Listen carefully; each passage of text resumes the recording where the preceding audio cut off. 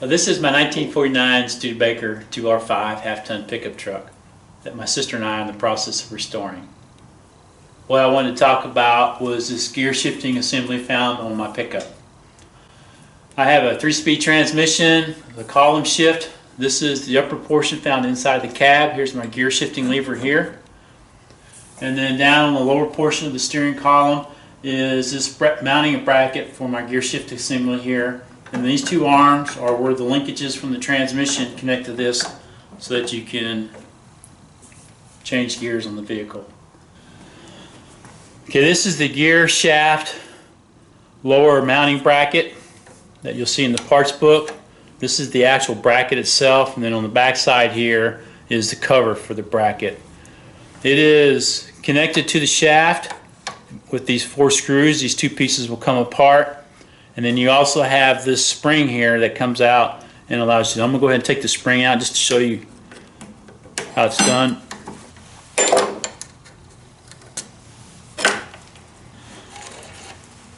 Okay, you have the spring, you have 2 retaining washers on the spring itself. I'm going to go ahead and take these 4 screws out.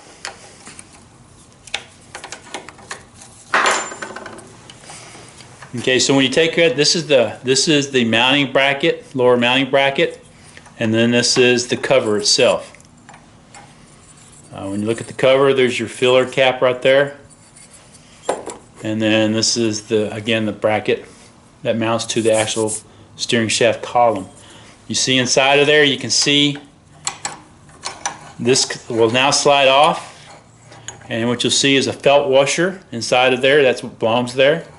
And that's what the inside looks like. And so there's also calls for a gasket on this according to the parts manual. I'll probably just put some Permatex in there and seal it. But then you have this shaft here where the shafts rotate, and that helps to seal and keep the oil inside of there too. I've noticed that this can only go on one way, and so I was kind of concerned about maybe putting it on different ways, but it will only fit one way. So the cover will go there, and then you will have the top. And if you try to do it the other way, and I'll show it to you, what you'll see is that this will not connect with the shaft here because you got these arms back in here. And so I was very glad to see that. Put these on. Go ahead and mount the screws back into there. Okay, so now that we've got that back on there, you can see it there. You can see how this works back and forth. And it seems to be pretty good action there. I'm going to put some lubricant in there. I've got to look that up and see what it is. Go ahead and mount the spring back onto there.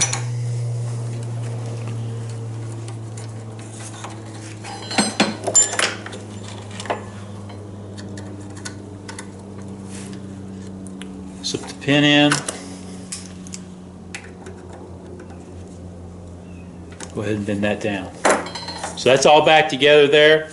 And what I did want to talk about is this is the other part of the mounting bracket that goes onto the steering shaft column. What you notice here is a washer. There is only one washer that the book calls for, and if you look at your steering column shaft, when you go to mount this washer, there's a slot cut out in that shaft that this washer will actually fit into and help keep this from turning.